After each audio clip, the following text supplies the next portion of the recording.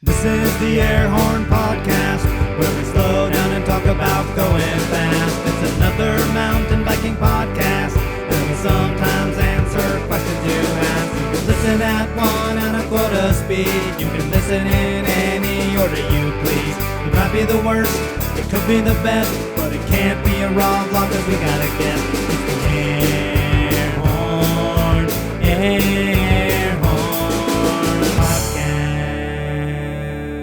What's up, crew? Welcome to the AIRHORN podcast, episode 4.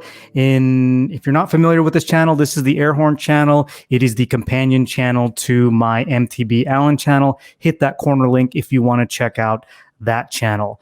Over there, we have like riding videos and reviews and all kinds of stuff like that. Over here, we concentrate on the concepts and intellect around mountain biking. So we're all about talk over here.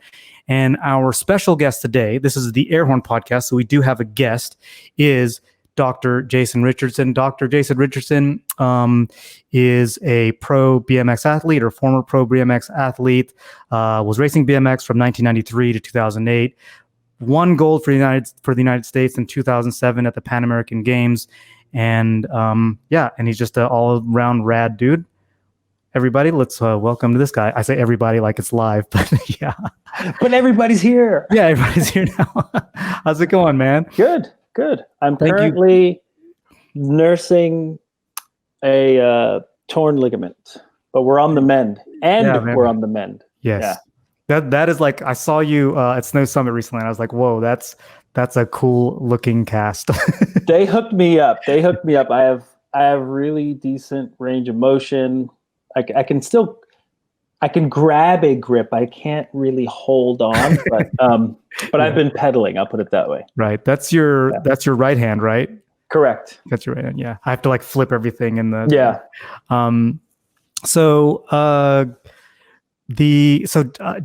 Jason and I initially met when I demoed the Transition Patrol. What was this? This was like 2 years ago, maybe? I feel like it was 18. 20, yeah. April of 18. Mm-hmm. I think. And you were up at Sky Park with up there partying in the woods, and you showed up in one of my videos. And I initially was like, "This guy's rad," and then I kept running into you, and have just kind of wanted to hang out with you. But I think recent events has made it so that like I had even more impetus to come and get you on this show. Oh, cool. So like. Today we're going to be talking somewhat about the bike industry and diversity within the bike industry. Mm-hmm. But before we get into any of that, we kind of want to get to know, for those of you who don't already know who you are, we're going to get to know you a little bit. We're going to do that with what we do, which is our milestones. Nice. So in our milestones, I'm asking you to give me 3 major events within your cycling career. Okay. Major event. I don't want to number them because I'll get what'll happen. It's a psychological phenomenon that George Bush thing will happen and then I'll forget it. So the one that's coming to mind first is, which I didn't think it would, but it's riding. So I used to live in New Jersey. Born in New Jersey, lived in New Jersey. My dad lived in Vegas and I was child of divorce thing, and we would go back and forth. But anyways, so in New Jersey, we couldn't ride all year round. Long story bearable. I got bored one day. The weather was better than normal one year, and they weren't open for racing, but the BMX track was in the park, so it was accessible. Mm-hmm. So I just asked my mom if I could ride to the track, and I started doing that. And then when the first race of the year came up, I won, and everyone was surprised. That's right. Because I sucked. Well, I didn't suck. I just didn't do that well when I raced. So that's milestone number 1, because I think that changed a lot of expectation in me and how I approached my racing ever since, and I wanted more of that.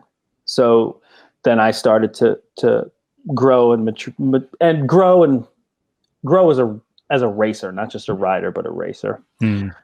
Like racing for a state plate or racing for a national ranking and racing, just making my way up the ranks. So that was cool. I did end up moving to Vegas. So that would probably be half of 1.5 milestone, moving to Vegas to go live with my dad. And then, just riding that West Coast circuit and stuff like that. So milestone number 2, I would say turning pro. Okay. Yeah, I would say turning pro, because it was always known, and I always knew that I was going to go to college. And so the thought was in my family, that even me, that how are you going to race and go to school at the same time? And the way the point system was set up in BMX back then, it was based on, like, to get the overall amateur number 1 title, it was based on how you did at the races plus how many riders were in your class.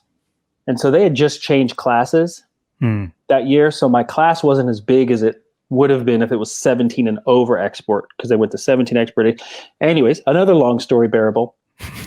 I decided to turn pro just to say I turned pro. And it was kind of like, you can race single A pro and double A pro. So like minor league and major league. Okay. And I figured, okay, senior year in high school, I'll just turn pro, drive to whatever races I can get to. Maybe I'll make a few bucks, maybe not, whatever. Turn pro, and then my sponsor at the time, Auburn, which was a subsidiary of GT Bikes, I was doing kind of crappy, and they're like, okay, you only get 5 races this year. I'm like, oh, 5? So I did, and at this point I was in college. I'd started college, and I wasn't getting a normal job because I'm a BMXer. I'm a bike rider. Right. So I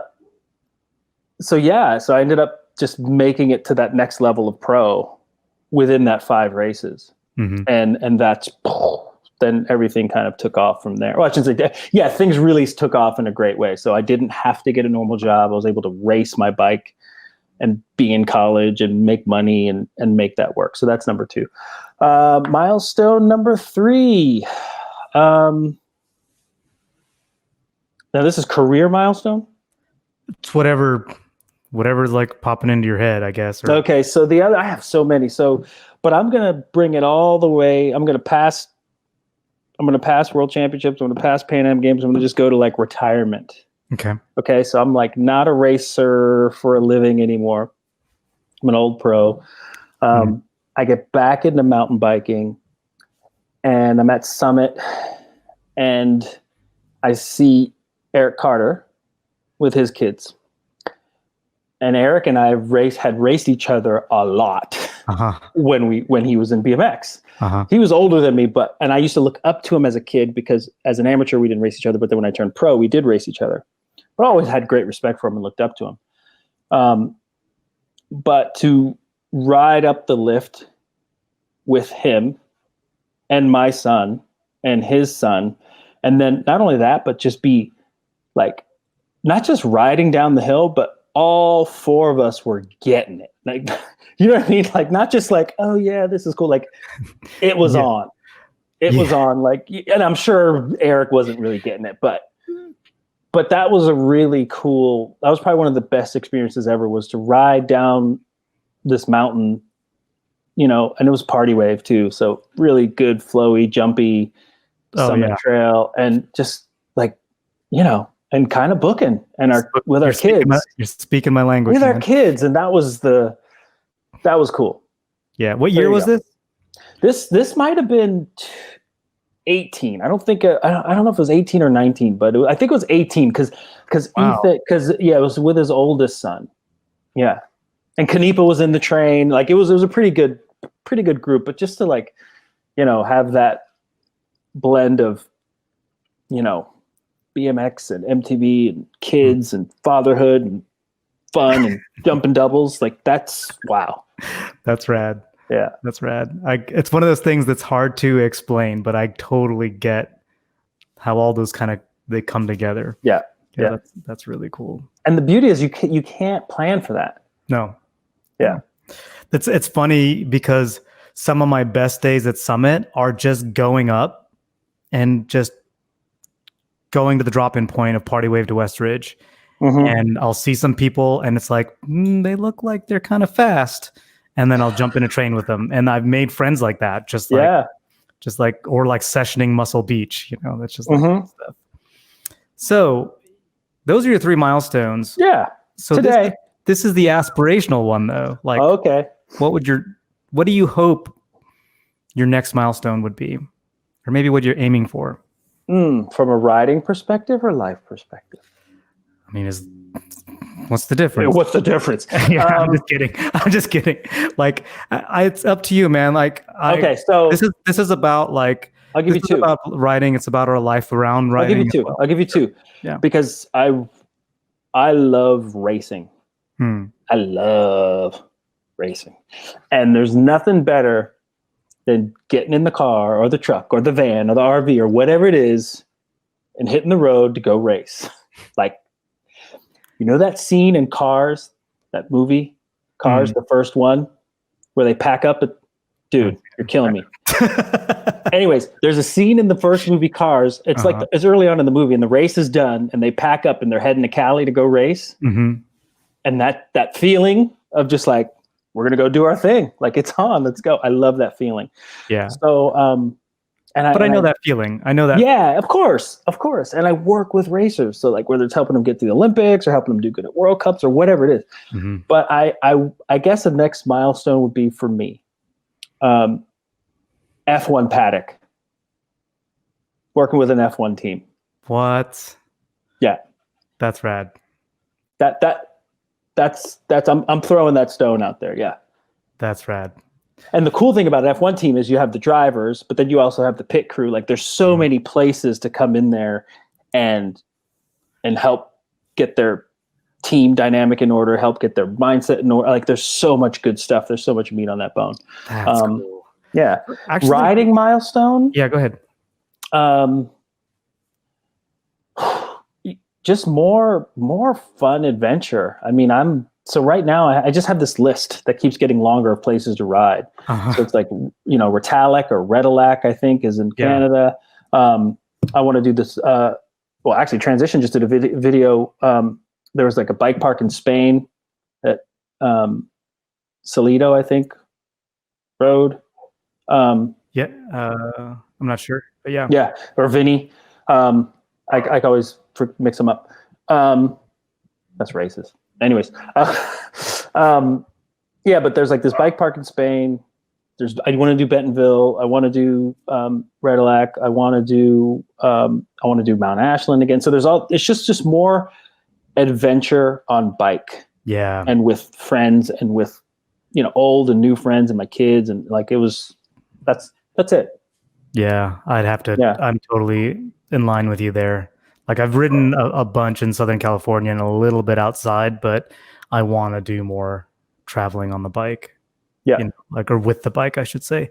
I want to touch on something really quick before we get to the other 2 kind of intro sections. You talked a little bit about working with an F1 team. So this gives me kind of an opportunity to talk a little bit about what you actually do, you know, for a living. Yeah, you know, of course. What your actual profession is. Yeah. So when I was racing, I was in college, and hey. And there we go. And that's it. Being a champion increases your impact. So went to school, eventually became a psychologist. Technically, I'm a clinical psychologist. I have a license to, you know, practice psychology. That said, I don't work in the clinical sense that much. I do work mostly in the performance area. So that's clearly plugging myself back into BMX and mountain bike, and then other sports from there. After working with a few athletes, and just kind of by way of my education and my professional experience, I got some friends actually called me in to just, hey, can you speak to my team? Can you speak to my school? And then I went in and did a talk at the school, and then lo and behold, that turned into another arm of my business where I'm a speaker when there's no COVID going on and events aren't canceled. So I'm a speaker. I commentate for the World Cup for the BMX World Cups. Oh, I didn't know that. That's yeah. So I commentate on BMX racing. I'm a speaker, so I'm the guy on stage, you know, at the convention or the conference doing the keynote. I walk into the company and I'm doing the corporate on-site training or the facilitating a workshop. And then I'm doing executive coaching and working with high-level athletes. nice. Yeah. Cool. Sports psychologist, brain coach. Right on. Yeah. It's cool. All right. So moving on, what's a recent, or it could be old, could be new, remarkable ride? Remarkable ride. Mount Ashland. Because it was unexpected how good it would be. And so that was pretty in Ashland, Oregon. So you drive north, cross the border, and boom, it's right. So North California, cross the border, boom, it's right there. Okay. South end of Oregon. Wild Bill, Mount Ashland Adventures, he'll take you up and shuttle you up. But okay. Yeah, so this is with both of my sons. And you know, it was really cool. Like, wasn't much climbing, so that's cool. That's great. We probably climbed about 15 minutes total for the whole thing. That's rad. And then is that 'cause you had a shuttle? Yeah, they shuttled us up. Okay. But not only was it, so one, I'm there with my two kids. Two, the trails were just amazing. Amazing. You know, it's like with videos you see. You know, it's like, you know, you watch back in the day, like an 80s or 90s beer commercial, and it's like the sun and bikinis, and, you know, it looks like spring break all the time. This is what it was like for bikes, you know, like, so you see any transition video or any kind of like just rad video of someone riding, you know, there's like the dirt's perfect, the trees are covered, and there's just a little bit of sun shining through. And I'm there like having this commercial experience with my kids, and we're just making our way, you know, 13 or 14 miles down into town. And it was just so unexpected. And the coolest part about it was I literally watched my children get better at riding from the top to the bottom. That was great. And then to top it off, my wife went to high school there. So that was kind of an extra icing on the cake. So we even got to go to some friends' houses, have some local brew and some good home cooked food. So it was great. That's great. I'm going to have to add it to the list, to my growing Please list. do. Dude, please do. That sounds great. And it's not that far. No, 12 hours door to door for me, and I'm in Carlsbad, California. Okay, cool. Would that be your must-ride destination, or you got another one? Well, no. Okay. No, and I'm gonna, because I am a BMXer. Well, you know, it's easy to say Whistler because it's amazing and everyone must ride there. It's like a Muslim going to Hajj to Mecca. Like, yes. Yeah. But as a BMXer, if you ride trails, and I've ridden this place on back then, a 4-cross bike and a 20-inch, south of France, Aix-en-Provence, is called Penier, Le Penier. They're trails. And they are by far the best trails ever. Must ride. How do you spell it? I would say Penier. I don't have no clue. I don't know if it's Penier or if it's Peyn. I'm looking it up. Yeah. I don't even know. I'm trying to think. Le Panier. Yeah, that sounds about right. Le Panier. Yeah, cool. Yeah. Just looking it up. Rad. Well, is it like in a city? Or no, this is something else. No, it's not. I mean, it's kind of country. I mean, and it's in the woods. It's on the drier, more arid side from a weather standpoint, but it's just a great trail spot. That's cool. Nice. So with that, we're going to kind of jump into our general kind of conversation here. Sure. And this is one of these conversations that I think makes a lot of people uncomfortable. And I urge those of you who are listening just stick around. We're not like trying Is this to the like trigger warning? Yeah, this is the trigger warning. Okay, okay.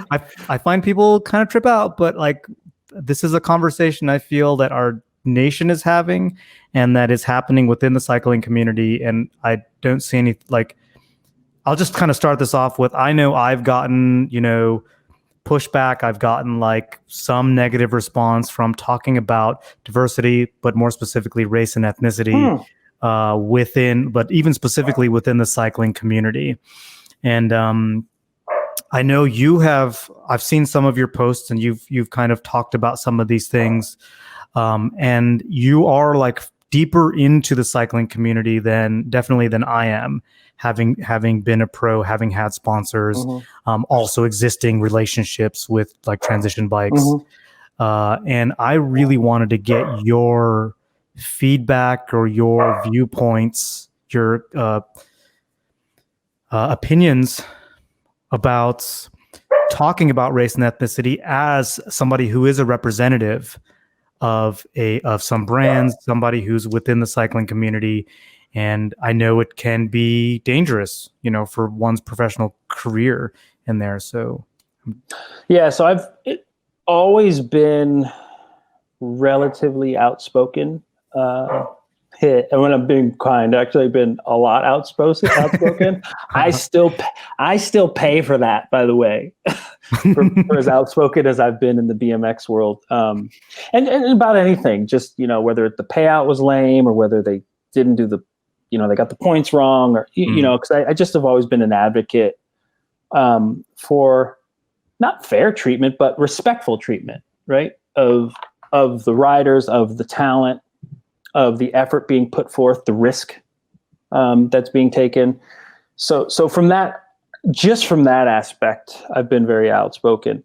And two, I will also say that because and this is something that I chose to take on, to be very clear.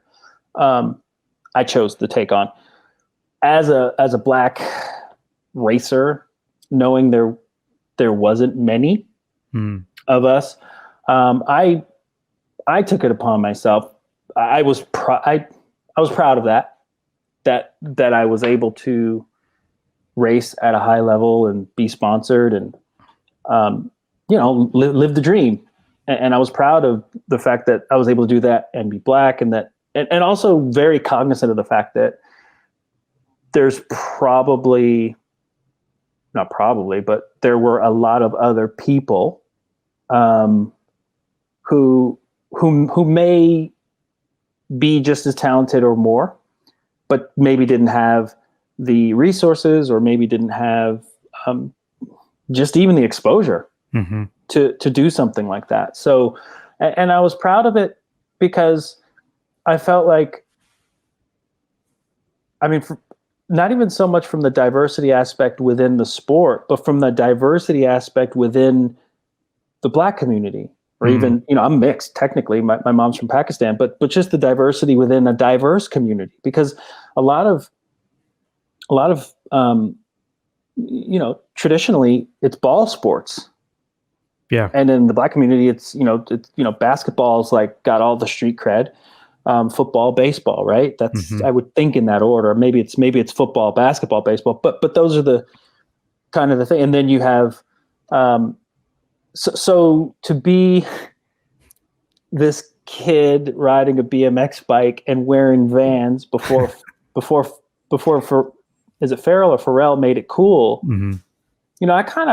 I got something out of that, and I thought that was cool because I felt like I was doing something to break a barrier, to break a stereotype, and also bring about some pride in a different way.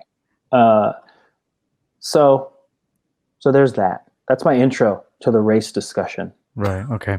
But I took that with me and I took it to heart though. And I owned it. Right. Like that you're being Black, you took as like a sense of pride into racing because there wasn't a lot of, especially at like world championships or like really big races all day long. Like I loved it. I loved it because of that, because there was like, because I was not stereotypically what someone would think is, right. Like for instance, in college, I went to the University of San Diego, private Jesuit Catholic school. Okay. Okay. It's like a country club on the campus. And I'm not coming at this from like they're racist standpoint, but this was like a common conversation at like Vaughn's or Ralph's that I would get when I'm just kind of getting my crap for the week. Mm-hmm. And then maybe I had a USD hat on, or they, oh, do you go to school? Yeah. Where do you go? State? No. Right. No, I go to USD. Oh, do you play ball? No. You know what I mean? Right. And so, and by the way, maybe they said it because I was tall. Maybe they said it because I looked athletic. Maybe they did say it because I was black. Right. But I'm not like saying, oh, you racist bastard, like that. That's not the jam. But there was a piece of me that was like very proud to say, no, I just go to school. Yeah. And actually my parents pay retail and I race a bike for a living. Like, because it was so like, if you're to take the glass of milk and just push it over, that's what I was doing. And I love that because, and I talked about this on my Instagram and I was just kind of thinking out loud one day, but I know there's bad people out there. Like there are, right? And I know that if I'm walking down the street, they don't know how much money is or isn't in my bank account. They don't know how much education I do or don't have. They don't know how articulate I may or may not be. Mm-hmm. They look at me and they're going to see whatever it is they see based on their beliefs, their values, their perceptions, their experiences. Right? And so if I can break some of those perceptions, especially ones that hold me back or hold them back, right? Mm-hmm. Then that's a good thing. And I've had so much experience. Well, let me phrase that differently.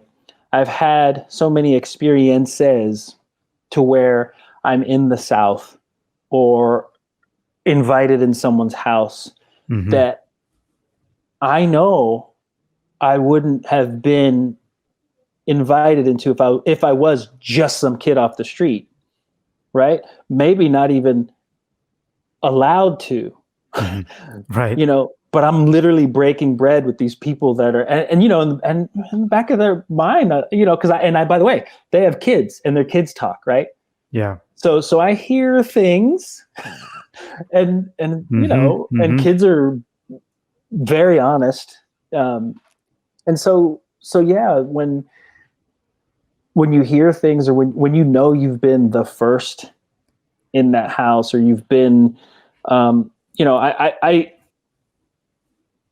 proud that I've been able to change someone's outlook or experience, possibly, right? Yeah. And give someone a different vantage point, so to speak. Do you feel that there's a way to kind of expand that out? Because I know, I want to be careful here because I don't want to I want to bring in some of my experience, but I just want to be really clear that I know that there is some overlap between the experience of a person of color and the experience of a Black American. There's some overlap, but there's a whole bunch of that Venn diagram that's outside of just a person of color's experience that is the experience of a Black American.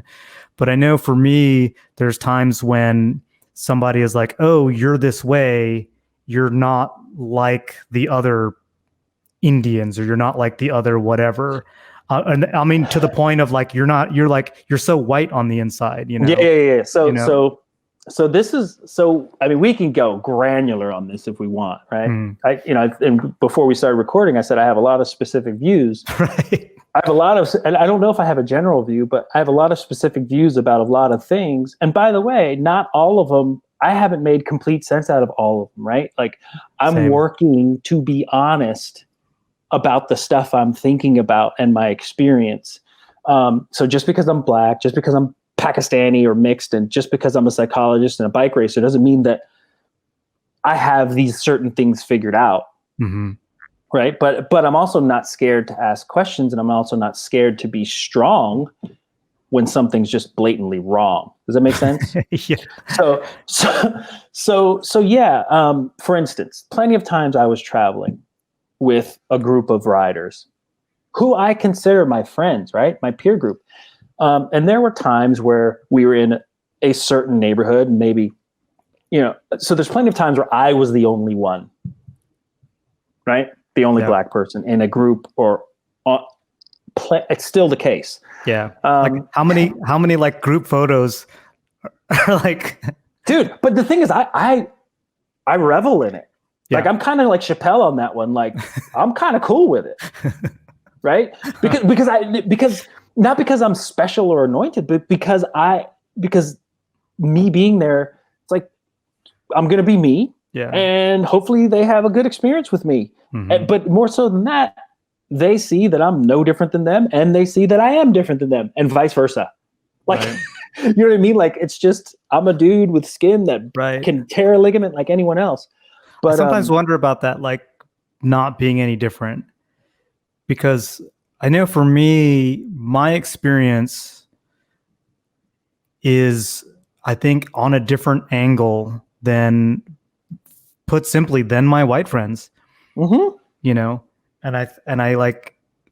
What I'll see happen is that, like, that difference will get forgotten about, and it's not like bad. Well, I mean, it doesn't like affect the relationship, but there's things that people will say that they don't even realize how offensive it is, or how right. So, it is. for instance, maybe you've gotten this one. Well, I've gotten this. So I've been, at a race or something, and go through a part of town that's not as white as you might expect, or not as whatever. Mm-hmm. But I remember being like out or in a certain neighborhood, and it's different. Like not every black neighborhood is ghetto.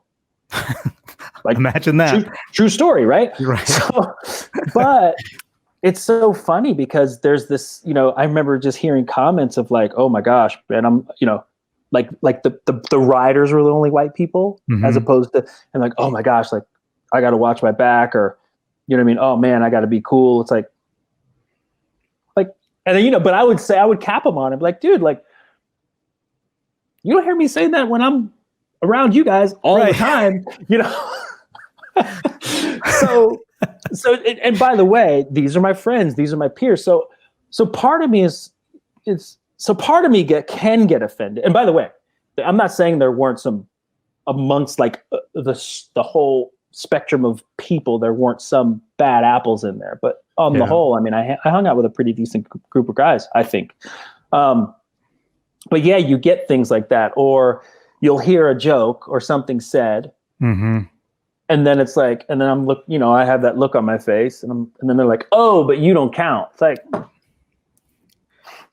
well, that's interesting. Right.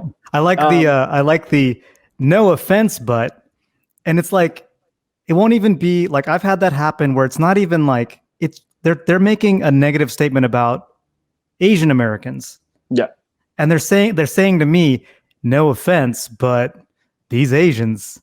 And I'm like, okay, that's wrong on so many levels, Yeah. Yeah. So I, it's interesting. If one allows themselves to, you can really get caught up with it, mm-hmm. race and differences. And I like that people are different. I do. Well, because if everyone was the same, it just like, it's no fun. Well, good. There's no value in you being you. Like, hello. Yeah. Right.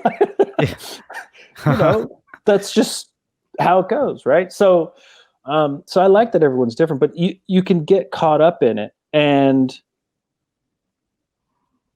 for me, and it's not me. It's not like anything to do with my wisdom, like any kind of wisdom I have, or any kind of education I have. I think I was just really super fortunate in seeing my dad, who was very successful, like very successful as a contractor. And I know there are people who were gritting their teeth as they wrote checks for some of the jobs he did. And by the way, he had to bid on those jobs. So he won them. Wasn't like there was like some, he got the contract because. But the truth is, it's like, okay, because he had a choice. He could have said, oh, screw them, I won't work with them. And maybe it's just a generational thing. And by the way, he would be within his rights to not work with them. He would be, it might, but the consequences to that, or the unintended consequences to that, is he might get less work, right? He wouldn't get these huge jobs, right? That would allow him to hire people of different ethnicities and qualify, you know what I mean? And bring other people up, again, who wouldn't normally have an opportunity to. I mean, even one of my friends who we raced with, he used to work with my dad, and he had a different family situation, but he would go to the races with him. And my dad was like, he went to school in some crappy place in some small town, and he ended up coming back to Vegas, and he's like, hey Lou, can I work for you? And my dad was like, shouldn't you be in school? He's like, oh, I couldn't handle it. Anyways, long story short, my dad said, tell you what, how much does it cost for you to go to school? Right? So he kind of paid for a semester or two for him to go to, basically, he was such a bad worker that he's like, I'll rather pay you to not work for me. But my point is, he wouldn't be in the position, I'm saying that hoping my friend's listening to this. He wouldn't be in the position to do such things if he were caught up in this, in that fight, right? In fighting against, right? But he was caught up in a fight, and he was fighting for, right? He was fighting for something better for his family. He was fighting for something better for the community. He was fighting for, ways to grow his business and grow legacy and just to freaking build the fire station or build the school or build the park or get the next job, right? And buy more equipment and hire more people. And through that, I mean, like, I know based on his work, he helped make other people millionaires, right? Of different colors. Right. And so, and by the way, he could have taken the other route and been more, I guess, I don't want to say militant, but I guess more Protestant, for lack of a better word. So my I guess what I'm getting at in a very long roundabout way is that ultimately, I can't control whether you like me or not, right?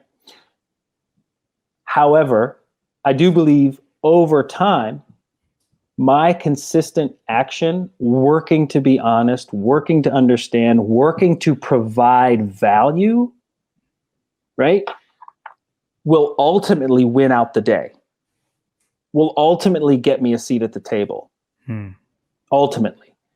And by the way, I don't need everyone to like me. I don't need everyone to accept me. And I think, and I'm going a little bit old school right now, and I'm definitely going to take some flack for this, but I think, and I hope, but I think what I think is missing with some of this stuff is like, look, you do, well, let me back up. I think what's missing with some of this stuff is understanding that what the ask is, right? So I do think treating people with dignity and respect is of the utmost, right? But I also think acting that way is too, right? So if we're being brutally honest, it's like, okay, why do people think that Black is ghetto? That's an honest question. How has Black become synonymous with ghetto, right?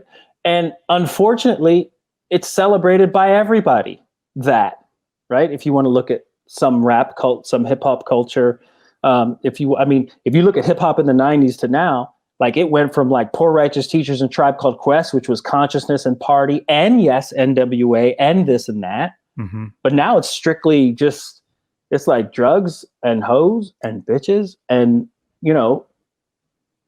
it's whack, a lot of it, and it's celebrated. Now I'm not saying, I'm not blaming. I'm just saying, to a certain degree, we all have to rise above that low energy stuff. And so part of it is, yes, there's some bad actors out there. There's some people who are not going to like me because I color my skin. I just don't have the time to change their hearts or mine.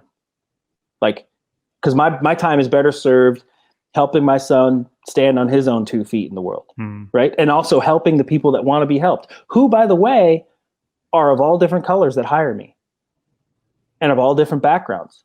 You know what I mean? Yeah. I can't ignore that either. So, anyways, I got kind of got lost in what I was saying. I can relate to that about like, like just being a good human and, being an example of like, I can relate, we can both relate on how rad it is to spend a rad day up at Snow Summit, regardless of our ethnic backgrounds. Like we can all connect on that. I think what's interesting though is that, you can, if you look at throughout sports, for instance, you look at football, you look at and like kind of what's going on in mountain biking or like in the cycling community. What I see now is like when there are people that are coming out and saying they're like speaking in support of making changes, legislative changes. There's I see like a pushback, and I was reading an article by Elliot Jackson, and he was talking about how you can be seen as less marketable. Yep. If you speak out about these things. Yep. And like you don't get. Yeah, I don't know what your thoughts are on that. Well, yeah, I mean, look, but I haven't read Elliot's article, and I've had conversation with him on the side, like private message stuff. And I totally appreciate him, like in every sense of the word. I appreciate him. So I haven't read his article, but what I'm working to do is go, okay, is it not fair, right? Is it not fair that a company would want to steer clear of that from a financial standpoint, regardless of their view? Yeah. I mean, look. No, I get it. And I say that as a business owner. Yeah, I get that. I say that as a business owner. Even when USA Cycling put out their statement, I was looking at it, I did one of these. Like, what? How am I to read that, right? Because I didn't see their statement.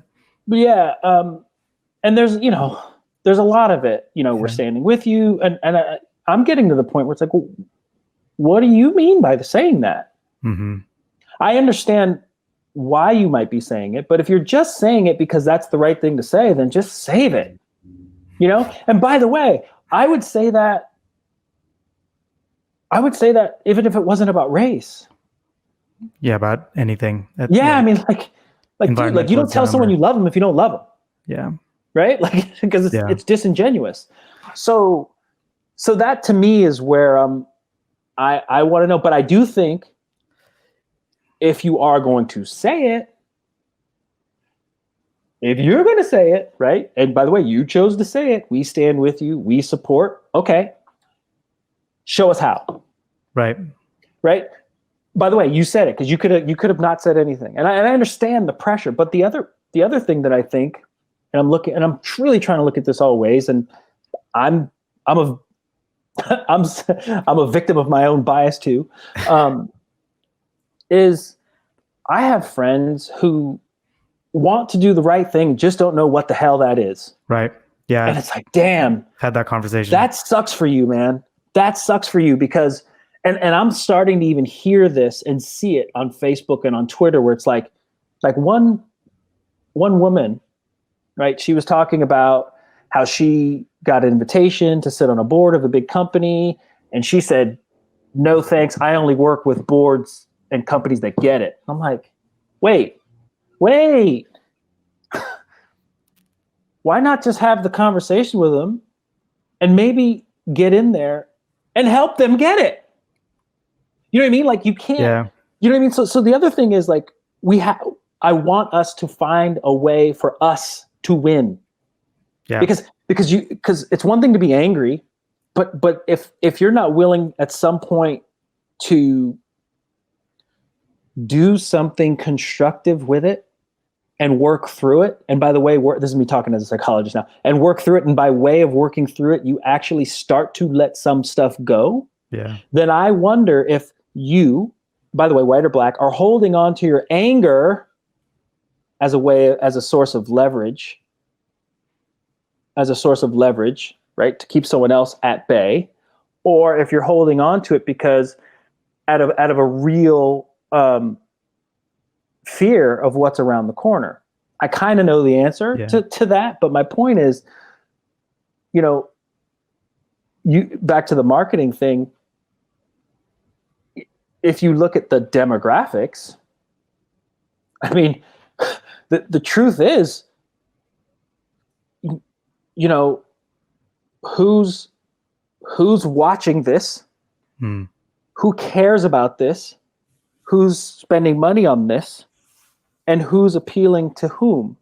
For instance, let's just get off of race, right? Let's just get off of race. We can put it on gender.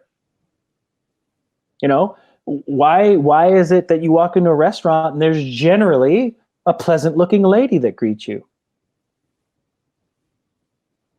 They tend to be more marketable, right? So I don't know if it's not always necessarily racist. Does that make sense? Even though I think it ends up that way. I think what I see is there's individuals acting on racism, right? And then there's like practices and structures in place that have effects on people of different perceived races that are like bigger than any individual person, bigger than any individual racist act or non-racist act. And I look at like, I was looking at the EWS standings from last year, the top 100, and there was like no dark-skinned people at all within that. And I don't know what that means, right? But it doesn't make EWS inherently racist, though. No. But I think like there's dynamics going on there that's about kind of like, why is that? I mean, because we're talking about EWS, and EWS is like around the world. It's international. It's international, and it seems like that's why I looked at that. That's why I looked at the top 100 men, because it seemed like if there was going to be one place within the cycling, racing world, where there was going to be more, I can just say skin tones, because I don't know the ethnic backgrounds of all those 100 people. I didn't look all of them up. I just did a quick scan. But it's funny because like if we get into like the granularity of it and we look at it intellectually, there's really no such thing as different races, right? There's the human race. But I think the way what we see represented in our media, what we see when we go to races, we start seeing those categories and divisions, whether they're actually physically real or not. Like we were talking about before we started recording, you walking down the street, most people would see you and see there's a black guy. Yeah. And by the way, I'm fine with that descriptor. Yeah. Because I am 6 foot tall and black, right? That's cool. Yeah. Right. But that's a category that in America you have. You're a black guy. Ethnically, you're half Pakistani. or even what, like, or even like a quarter or Indian, quarter. a quarter Armenian, and half black. Yeah. Right, exactly. And I those are the things that I find really interesting, that it is like we can talk about like the arbitrariness of race, right? Of so-called race. But it doesn't change the fact that that arbitrary perception has huge effects on people. And, you know, talking about that, like coming in and wanting to go to a place that doesn't get it and getting them to get it. You know, I think about that as like, you know, we're taking on the burden of that. And I think kind of what's in the moment right now is that I think there are more people realizing that the burden really needs to be spread out, kind of like we were talking about before. It's like, if, you know, it really needs to be about a win for everybody, for all of us. So like, I feel like if it's, you know, like I was having a conversation with somebody about how like they were bringing up all these numbers about how many murders were committed by a black person and all these kind of things. And what I came to was like, look, if you're going to call out all these numbers and talk about, you know, like implying that black people are more criminal than other people, right? If I give you that, I don't believe that's true. But if I give you that, it still says that there's something about our system that is effed up. And wouldn't it be better for everybody? Yeah, there's probably a cause for that. There probably is a cause for that. I often, you know, I didn't know about I didn't look up the numbers, and I'm not really sure how much I believed in the numbers, but I think it was that thing about like, let's just give you that for a moment. But if that's the case, if there's why is that happening? Yeah, why is that happening? And if it is happening, what we've been doing, right? The policing that we've been doing and the imprisonment that we've been doing isn't working. It's not fixing it. It's not making it any better. You know, things have gotten worse. So wouldn't it be better if you were whatever ethnicity and you could walk down the street and you didn't feel like your friends could walk through a neighborhood where the skin color was generally darker and not feel anything? They're just another human being walking down the street. Wouldn't that be better for everybody? You know, it would be. And it would be. I mean, so I think, you know, there's a lot of there's a responsibility to owning a Lamborghini. Yeah. Right? So you can be driving 55 and everyone else is going 60. But the yellow Lambo's getting the ticket amongst a bunch of Civics, man. Yeah. Right? Uh-huh. Right? Yep. So I choose. Now it does suck. Right? There is a burden. And I like how you put that there's a burden, and the burden is unfortunately on the people who feel already possibly disenfranchised or oppressed. And that stinks. I guess for me, I'm not okay with the burden, but I've come to accept the challenge. Right? And maybe I'm just naive or optimistic. But I've also, you know, I'm going to just get up and get it and show you. Sure.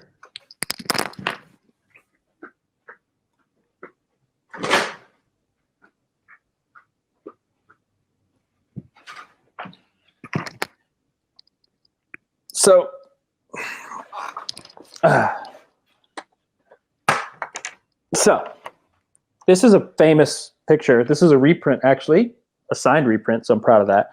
Right. This is how I live my life. Who am I in this picture?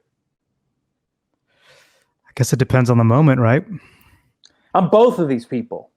Right. You know what I'm saying? Yeah. I'm helping someone come up, but I'm also the dude who's reaching up still. Yeah. Right. Whether it's my dad or whether it's, you know, the someone who taught me how to get a gate start, or Right. possibly someone who's going to teach me how to take a flat corner better right now. But my point is, so that's how I roll.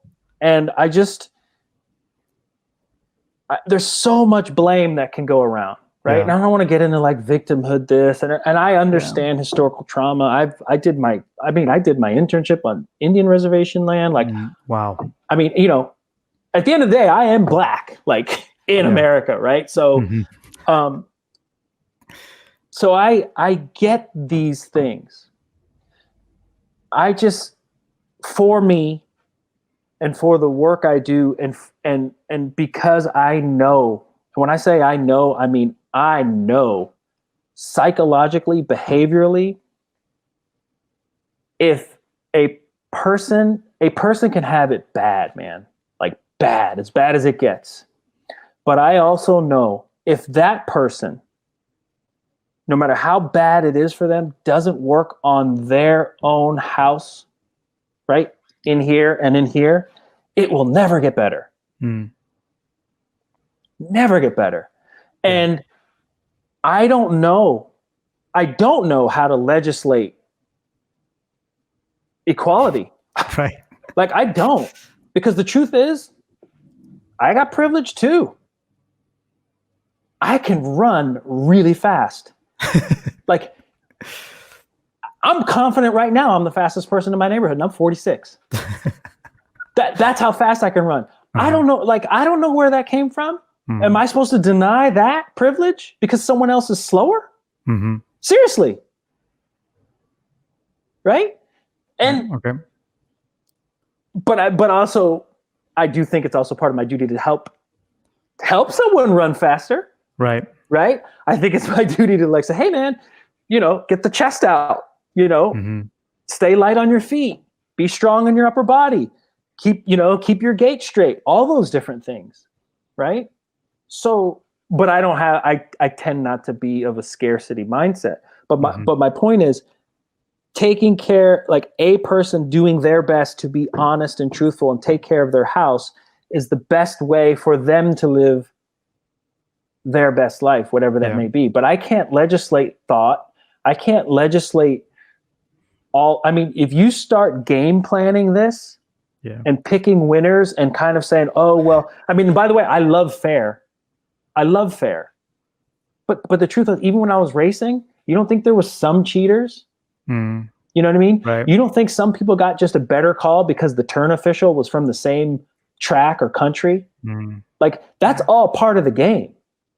And so to me, if you're in this thing and you're in it to win it, whatever your win is, then you better understand the game, man. And you better play it in a way to where they're going to let you back in the game. Because if you ain't in the game, you can't play. And if you can't play, you can't win. You see my point? And so when I work with people, it's like, how can we get you in the game? What do you have that we can leverage so that you can be at your best? And by the way, when you are at your best, you're going to get more opportunity. The rich do get richer. That is true. Like, it's true. Compounding interest, it's real. But if all you're looking at is what you don't have, if all you're looking at is blaming the other person, then and it could be true. I'm not denying anyone's experience, but I just don't know how, I'm not even gonna say productive, how constructive that is. I get that, like from a personal level, right? I think it's like, you can separate that out from like a broader movement or a broader struggle, where maybe you're looking at like, who am I going to vote for? What legislation am I going to like support? But, bringing that, like, what do you do at home? What do you do to like balance yourself and make yourself emotionally and physically and psychologically healthy? Like, all those things are just as important. And if you don't take care of those things, you don't have the balance. Dude, no one's coming to save you. Yeah. Like that, that's the thing. Right. And I'm not saying that to be a pessimist. I'm saying that because you're capable, right? You, Alan, are capable. Me, Jason's capable. My son, Grayson, is capable. My wife is capable. Right. You, whoever's listening, you are capable, right? And if you can harness your capability and share that, right, with like one or two other people, that's that's the way to be. But but really the brain is designed. We're designed to fear. The brain is constantly trying to make sense of the world, and so it draws lines, and sometimes they're arbitrary, and sometimes they make sense. Yeah. Right. One of these things is not like the other. We got that in Sesame Street. Right. And by the way, Sesame Street was dope. Right. Like it was perfect in my opinion. I loved it. Right. Like that's how I want my neighborhood to be. But even still, like we're looking. Yeah, we categorize. Yeah, all of us are looking for a way to feel better. And unfortunately, a way we feel better is to feel superior. Yeah. And that's the bullshit part. Yeah. Right? But here I am saying rise above, right? And what I mean by that is by rising above is not to be better than the other person, but to be better than you were the day before. Better than past me. Right. Yeah. That's rad. I'm like yelling at you. I'm sorry. That's cool. No, I like it. This is good. This is probably the deepest I've gotten on one of these, and I really appreciate you being willing to come in and someone's like, man, I thought I was going to find out about gear ratios and suspension setup. And here I'm talking about, Oh no, anybody who listens to this, they know like we start there, but yeah. Well, dude, I think this is good. I think we've covered a lot of things, and it's also I love this because I've gotten to know you better. And when you're healed up, we got to get some laps. Oh, we got to get some laps. Sure. Do you want to take the exit exam? Yes. Actually, you don't take the exit exam. You help us write the exit exam. Oh, okay. Okay. Right. So, exit exam. Let me read you the description. You ready? Yep. So, mountain biking. The imaginary organization in charge of mountain biking has asked you to help write the mountain biker licensing exam.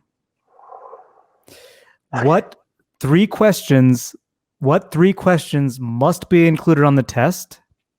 Please provide the answers.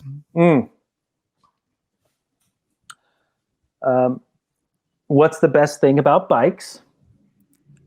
Answer, riding them. Nice. Okay.